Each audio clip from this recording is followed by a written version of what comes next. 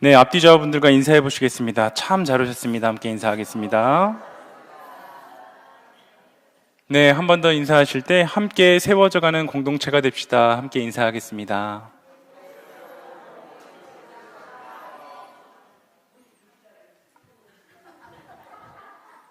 벌써 함께 세워져 가고 계신 것 같은데요. 예, 저도 말 좀 하겠습니다. 네. 네, 오늘 이 시간 주님을 예배하시는 우리 모든 성도님들에게 하나님께서 부어주시는 놀라운 은혜와 충만한 능력이 가득 넘쳐나게 되시기를 소망합니다. 오늘은 처음 시작할 때 우리 성도님들의 그 IQ 테스트를 좀 해보려고 해요. 이 제가 드리는 말씀이 처음부터 잘 이해가 되시면 아주 그냥 똑똑하신 분이고, 조금 이렇게 시간이 템포가 좀 필요하고 설명이 필요하게 되면 조금 내 지능이 떨어지는구나 라고 생각하시면 될 것 같습니다. 어느 아내가 남편에게 마트에 가서 장 좀 봐와달라 라고 부탁을 했습니다. 마트 가서 우유를 사고 만약에 오렌지가 있으면 6개를 사와줘 라고 부탁을 했습니다. 잠시 후에 남편이 아주 씩씩하게 현관문을 열고 들어오는데 품에 우유를 6팩이나 안고 있는 겁니다. 깜짝 놀란 아내가 아니 우유를 왜 이렇게 많이 사왔어? 라고 묻자 남편이 아주 당당하게 대답합니다. 마트에 가니까 오렌지가 있더라고. 지금 이 얘기를 듣고 웃으시는 분들은 굉장히 IQ가 높으신 분들이십니다. 예, 제가 이제 설명을 해드릴 텐데 지금 이거를 이해하신 분들은 벌써 웃으셨어요.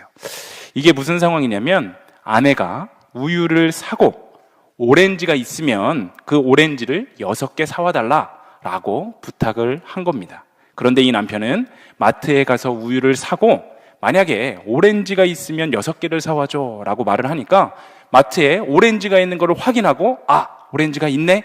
우유를 6팩 사야지 라고 우유를 6팩을 사온 겁니다. 남편은 나름대로 그 아내의 명령에 토시 하나 틀리지 않고 최선을 다했습니다. 하지만 이 남편이 결정적으로 놓친 것은 바로 이 심부름의 목적이었습니다. 우유는 유통기한도 길지 않은 제품인데 6팩이나 사온 것은 그 가족의 식생활의 본래 목적에는 전혀 맞지 않는 그러한 결과물이었습니다. 우리의 신앙생활과 교회의 봉사도 이와 비슷할 때가 참 많이 있습니다. 교회 안에는 참 많은 부서가 있죠. 오늘 예배를 주관하는 교육부서부터 선교부, 재무부, 예배부, 관리부, 사회봉사부 등 수많은 조직들이 톱니바퀴처럼 운영되고 있습니다. 다들 각자의 자리에서 자신에게 맡겨진 그 역할들을 열심히 감당을 하고 있는데 우리가 한 번쯤 반드시 생각해 보아야 하는 것은 교회의 이 모든 부서와 우리의 이 열심은 과연 무엇을 위해 존재하는가입니다. 단순히 매년 해오던 프로그램을 잘 유지하기 위해서입니까? 아니면 교회를 효율적으로 잘 운영하기 위해서입니까? 만약 우리가 하나님이 교회를 세우신 본질적인 목적을 잃어버린 채 열심만 낸다면 우리 역시 하나님이 보시기에 우유 6팩을 사들고 온 남편과 같은 모습일지도 모릅니다. 오늘 우리가 함께 읽은 에베소서 4장은 교회의 존재의 이유, 그리고 특별히 가르치고 배우는 사역, 이것이 왜 교회의 핵심인지를 잘 이야기하고 있습니다. 이를 통해 하나님께서 교회의 직분자를 세우신 이유가 무엇인지, 우리가 어디를 향해 달려가야 하는지를 말하고 있는데 오늘 이 말씀을 통해서 우리가 속한 이 공동체의 방향, 그리고 우리가 맡은 이 교회 교육의 사역의 본질을 분명하게 붙드시는 시간이 되시길 소망합니다. 오늘 본문 11절을 함께 읽어보겠습니다. 11절입니다. 그가 어떤 사람은 사도로, 어떤 사람은 선지자로, 어떤 사람은 복음 전하는 자로, 어떤 사람은 목사와 교사로 삼으셨으니. 아멘. 주님께서 우리를 어떤 사람은 사도, 어떤 사람은 선지자, 어떤 사람은 복음 전하는 자, 어떤 사람은 목사와 교사로 삼으셨다라고 말하고 있는데 이 말씀은 하나님께서 교회라는 이 공동체를 어떻게 세우시는지를 잘 보여주는 것입니다. 교회는 다양한 역할들이 잘 어우러져야지만 제대로 세워질 수 있습니다. 교회 안에 많은 역할들이 있지만 특별히 오늘 오후 예배는 교육부 헌신 예배로 드려지고 있기 때문에 목사와 이 교사의 역할, 이 역할에 주목해 보고자 합니다. 하나님은 교회 안에 반드시 가르치는 역할을 두셨는데 왜 그럴까요? 교회는 자연적으로 성장하는 공동체가 아니라 반드시 말씀으로 배워야지만 성장하는 그러한 공동체이기 때문입니다. 우리의 신앙은 가만히 둔다고 자라는 것이 아닙니다. 나이가 들고 신앙의 연수가 30년, 40년이 된다고 해서 무조건 신앙이 성숙해지는 것도 아닌데 오히려 시간이 지날수록 그 처음 신앙이 점점 굳어지고 익숙함 속에서 성장이 멈춰버리는 그러한 경우가 더 많은 것을 우리는 쉽게 보게 됩니다. 보통 많은 사람들이 어떠한 운동을 처음 시작하게 되면 처음 한 달 정도는 등록 비용이 아까워서라도 아니면 자기 자신의 그 작심삼일의 행태를 이겨내고 싶어서라도 어떻게든 견디는 것을 보게 됩니다. 그러다가 그래도 운동신경이 좀 있으신 분들은 고작 한 달이지만 그 기간만 해도 어느 정도 실력이 눈에 띄게 향상이 되기도 하는데 그렇게 되면 그 운동에 재미가 들리게 되고 더 장기간 지속할 수 있는 힘이 주어지게 됩니다. 그런데 한 6개월쯤이 지나고 나면 더 이상 실력이 늘지도 않고 정체되는 그러한 시기가 오게 되는데 이때가 되면 점점 운동도 재미없어지고 결국 그 운동 자체를 포기하는 경우가 생기게 됩니다. 왜 그럴까요? 많은 이유들이 있겠지만 그중 큰 이유는 운동 방법을 시간이 지나도 업그레이드를 하지 않고 계속해서 처음 배웠던 그 방식만 고집할 때 그런 현상들이 나타나게 됩니다. 신앙생활도 마찬가지입니다. 우리가 처음 믿을 때 배웠던 그 신앙 수준에 머물러 있으면 어느 순간 성장이 멈추게 되는 시점이 오게 되는데 하나님은 교회 안에서 그렇기 때문에 끊임없이 가르치고 끊임없이 배우는 그러한 사역을 두신 것입니다. 그런데 이 대목에서 우리가 반드시 기억해야 되는 것은 교회 안에서 가르치는 사역, 이것은 단순히 지식을 전달하는 것이 아니다라는 것입니다. 교회에서의 교육의 목적은 단순히 성경 공부를 아주 많이 해서 성경 지식을 엄청나게 많이 아는 사람, 이런 사람들을 양육하는 것이 아닙니다. 가끔 교회 안에 성경의 지식이 엄청나게 많은 분들이 계시지 않습니까? 성경 퀴즈 대회에 나가게 된다면 누구보다도 성경 말씀을 잘 맞추실 것 같고 설교 중에 본문 구절을 읽어달라고 하면 이미 머릿속에서 줄줄 나오시는 분들이 있습니다. 그런데 만약 그 성경에 대한 지식이 그의 삶과 연결이 되지 않는다면 그건 마치 요리 레시피를 달달달 외우고 있지만 한 번도 요리를 해보지 않은 것과 같습니다. 레시피를 우리가 아무리 많이 안다고 한들 요리를 해먹지 않으면 절대로 배가 부를 수 없습니다. 하나님은 교회에 가르치는 사람들을 두셨는데 그것은 우리가 자연적으로 성장하지 않기 때문입니다.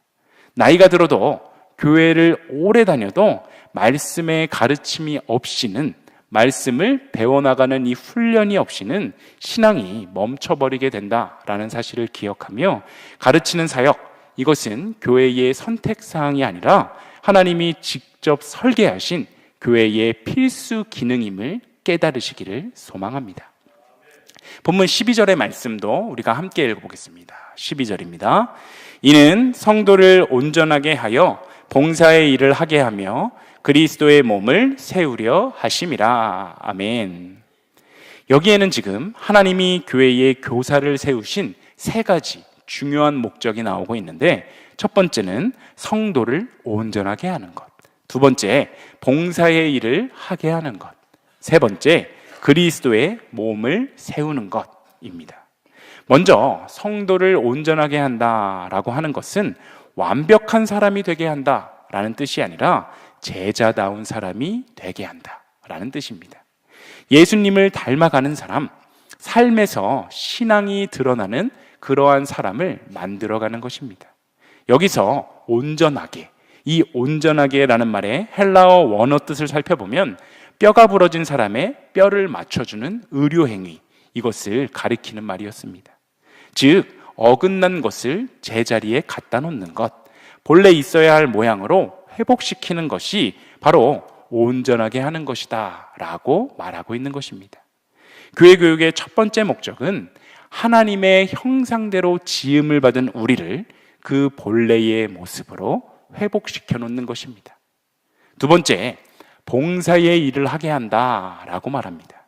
여기서 중요한 포인트는 교회에서의 가르침을 받는 이유가 그저 듣는 것으로 그치는 것이 아니라 배운 대로 살아가기 위함이다 라는 것을 우리는 기억해야 합니다. 만약 어느 병원 의사가 선생님들이 매주 모여서 의학 강의를 열심히 듣는데 그 강의를 아무리 들어도 진료실로는 나가지 않으려고 한다면 어떻게 될까요? 저는 공부가 더 필요해요. 아직도 부족합니다. 이런 의사가 있다면 그 열심히 듣는 강의가 더 이상 의미가 없어집니다.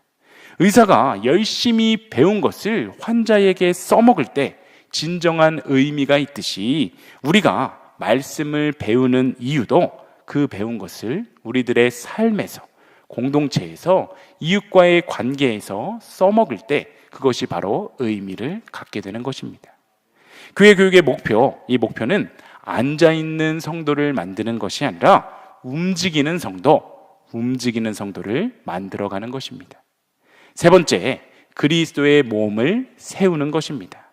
우리가 교회라고 말할 때 우리는 교회를 건물만을 생각하지만 교회라는 것은 건물만이 있는 것이 아니라 바로 우리 한 사람 한 사람, 우리 모두가 교회임을 우리는 기억해야 합니다. 그래서 교회를 세운다는 말, 이것은 곧 사람을 세운다라는 뜻과 같습니다. 지금과 같은 건축 기술이 없을 때 옛 조상들이 만든 아치형 돌다리가 있습니다. 사진을 하나 가져왔는데 한번 띄워주시겠어요? 아치형 돌다리를 찾다 보니 독일에 있는 세계에서 가장 아름다운 아치형 돌다리로 유명한 라코츠 브리케라는 것을 알게 되었습니다. 저런 종류의 아치형 돌다리들은 정말 신기한데 시멘트나 접착제 하나 바르지 않고도 수백 년의 세월 동안 홍수가 나고 수천 명이 지나가도 끄떡이 없습니다. 그 견고함의 비밀은 바로 서로의 무게를 온몸으로 받아내기 때문입니다. 아치형 다리의 돌들은 수직으로 서 있지 않고 모든 돌이 비스듬히 옆으로 누워서 서로에게 기대고 있습니다.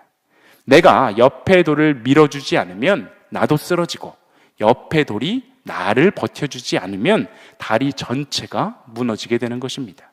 나 혼자서 잘라서 서 있는 돌은 아무것도 없습니다. 특히 그 다리의 정중앙에는 키스톤이라 불리는 마지막 돌이 들어가게 되는데 이 돌이 그 위에 딱 박히는 순간 흩어져 있던 돌들의 무게가 하나로 연결되며 엄청난 하중을 견디는 힘이 나온다고 합니다. 교회가 바로 이와 같다는 생각이 들었습니다.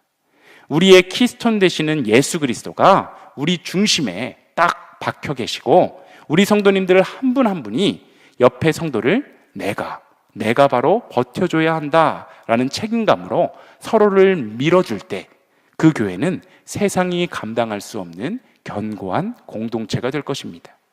그런데 만약 어느 돌 하나가 나 하나쯤이야 하고 자기 자리를 이탈하거나 나는 배우는 것에만 만족하지 옆에 돌까지 버텨줄 마음은 없어, 나 하나 살기도 힘들어 라고 한다면 아무리 크고 화려한 돌들이 많이 모여 있다고 하더라도 그 다리는 금세 주저앉고 말 것입니다.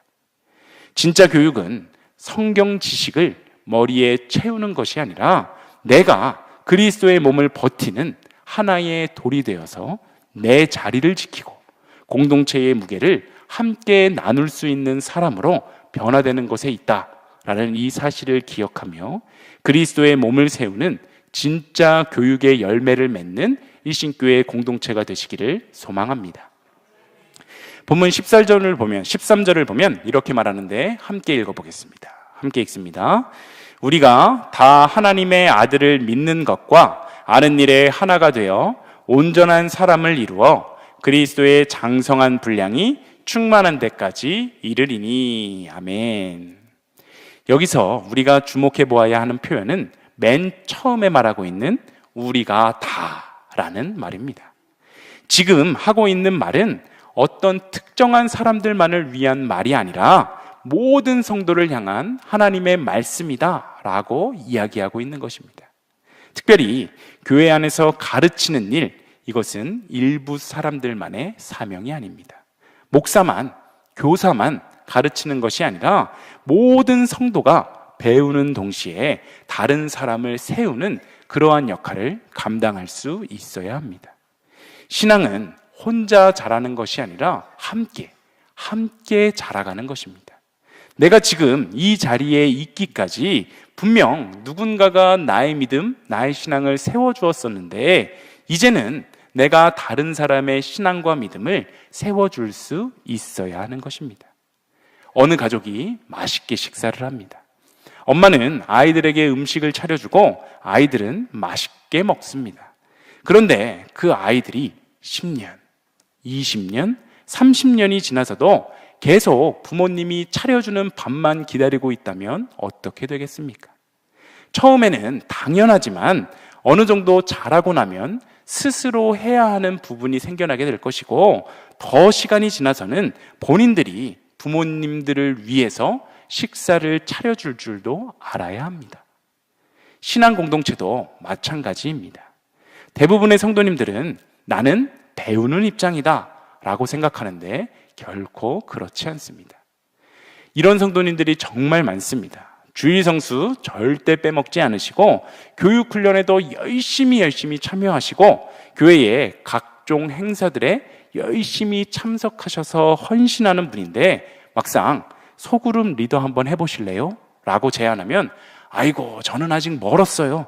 저보다 잘하시는 분들이 훨씬 많아요. 저는 제발 좀 빼주세요. 이런 말씀을 하시는 분들이 너무 많습니다. 물론 겸손하게 말씀하시는 것일 수 있지만 분명한 것은 성경은 교육을 통해 온전한 사람을 이루어서 이제는 가르치는 자가 되어야 한다라고 말씀하고 있다는 사실입니다. 우리는 배우는 것에서 그치는 것이 아니라 삶으로, 우리의 말로, 우리의 태도로 다른 사람을 세우는 사람이 될 수 있어야 합니다. 히브리서 5장 12절은 이렇게 말하는데 때가 오래되었으므로 너희가 마땅히 선생이 되었을 터인데 너희가 다시 하나님의 말씀의 초보에 대하여 누구에게서 가르침을 받아야 할 처지니 단단한 음식은 못 먹고 젖이나 먹어야 할 자가 되었도다. 아멘. 때가 오래되었으면 이제는 가르칠 수 있어야 한다라는 것입니다. 저는 말솜씨가 없어요 라고 하실 수 있습니다. 그러나 가르친다는 것, 이 가르친다는 것이 꼭 강단에 서서 설교를 해야 한다거나 아니면 교육훈련이나 속회를 이끌어 간다거나 교회학교 교사로 헌신해야 한다라고 드리는 것이 아닙니다. 오래 신앙생활을 해온 분이 새신자 옆에 앉아서 처음에는 참 적응이 힘들죠. 저도 그랬어요. 그런데 이렇게 하는 게 참 많이 도움이 되더라고요. 한마디 건네는 것. 이것도 바로 가르침이고 교육입니다. 사회초년생 힘들어하는 청년에게 나도 그 나이 때 참 많이 흔들렸어. 그래도 하나님께서 붙잡아 주셔서 이 자리까지 올 수 있었는데 나도 너를 위해 기도할게. 이렇게 말해주는 것, 바로 이것이 세우는 것이고 가르치는 것입니다. 요즘 교회가 건강하게 성장하지 못하는 이유 중 하나는 소비하는 성도들은 너무너무 많지만 세우는 성도가 없기 때문입니다. 말씀을 듣고 은혜 받는 것, 이것은 너무너무 중요하지만 거기서 멈추어 버리는 것이 아니라 신앙의 성숙을 통해 다른 사람의 신앙을 세울 수 있는 그 단계로 나아가는 것이 우리가 반드시 기억하고 실천해야 하는 일입니다. 신앙의 연수가 쌓인 성도들은 이제 배우는 자리에만 머무를 수 없다라는 사실을 기억하며 우리의 말로든 삶으로든 태도로든 우리 모두가 다른 누군가를 세울 수 있는 사람이 되시기를 소망합니다. 본문 13절 말씀을 다시 한번 읽어보겠습니다. 13절입니다. 우리가 다 하나님의 아들을 믿는 것과 아는 일에 하나가 되어 온전한 사람을 이루어 그리스도의 장성한 분량이 충만한 데까지 이르리니. 아멘. 지금 하반절에 보면 교회 교육의 최종 목표를 말하고 있는데, 그것은 그리스도의 장성한 분량이 충만한 데까지 이르는 것, 이것입니다. 여기서 말하는 장성한 분량이라는 것은 단순히 개인적인 성숙을 말하는 것이 아니라 공동체 전체가 그리스도를 닮아가는 것을 말하는 것입니다. 한 개인이 혼자 아무리 성숙해 간다고 할지라도 공동체가 함께 성장하지 않는다면 그것으로는 부족합니다. 어떤 교회는 프로그램은 너무너무 많지만 성숙은 없습니다. 어떤 교회는 활동은 많지만 변화가 없습니다. 그것은 방향이 완전히 잘못된 것입니다. 요즘 헬스장에 가면 정말 다양한 기구들이 엄청나게 많습니다. 그런데 그 기구들을 많이 갖다 놓는다고만 해서 사람들이 건강해지는 것은 아닌데, 사용법을 제대로 알고 그것을 사용할 때에야 그 기구들의 의미가 생겨나게 되는 것입니다. 교회의 프로그램, 그것도 마찬가지입니다. 있다고 다 쓰는 것이 아니고 많다고 다 좋은 것이 아닙니다. 그 프로그램이 실제로 사람을 변화시키고 있느냐, 이것이 가장 중요한 것입니다. 하나님이 원하시는 교회는 말씀으로 세워지고 서로를 세워주고 함께 자라가는 그러한 교회입니다. 한 사람이 자라는 교회가 아니라 모두가 함께 자라는 교회, 몇 사람만 헌신하는 교회가 아니라 모든 성도가 자기의 역할에 맞추어 함께 살아내는 교회, 그것이 바로 정말 하나님께서 원하시는 그러한 교회입니다. 요즘 길거리에서 여럿이 함께 달리는 러닝 크루들을 자주 보게 됩니다. 혼자 뛰면 더 빨리 달릴 수 있을 것 같지만 사실 먼 거리를 완주하는 힘은 옆에서 함께 발을 맞추어 주는 사람, 거기서 있게 됩니다. 특히 그 안에는 페이스메이커가 있습니다. 그는 자신이 1등으로 들어오는 것에는 관심이 없는데 오직 뒤처지는 사람들의 속도를 맞추고 격려하며 모두가 결승선에 안전하게 도착할 수 있도록 돕습니다. 교회 사역의 본질도 바로 이와 비슷합니다. 내가 앞서가는 것이 아니라 누군가의 페이스메이커가 되어서 함께 완주하는 것, 그것이 우리가 꿈꾸는 세움의 모습입니다. 교회의 최종 목표는 프로그램의 완성도가 점점 높아지는 것이 아니라 공동체 전체가 그리스도를 닮아가는 것에 있습니다. 한 사람이 혼자 성숙하는 것이 아니라 우리가 함께 자라가야 합니다.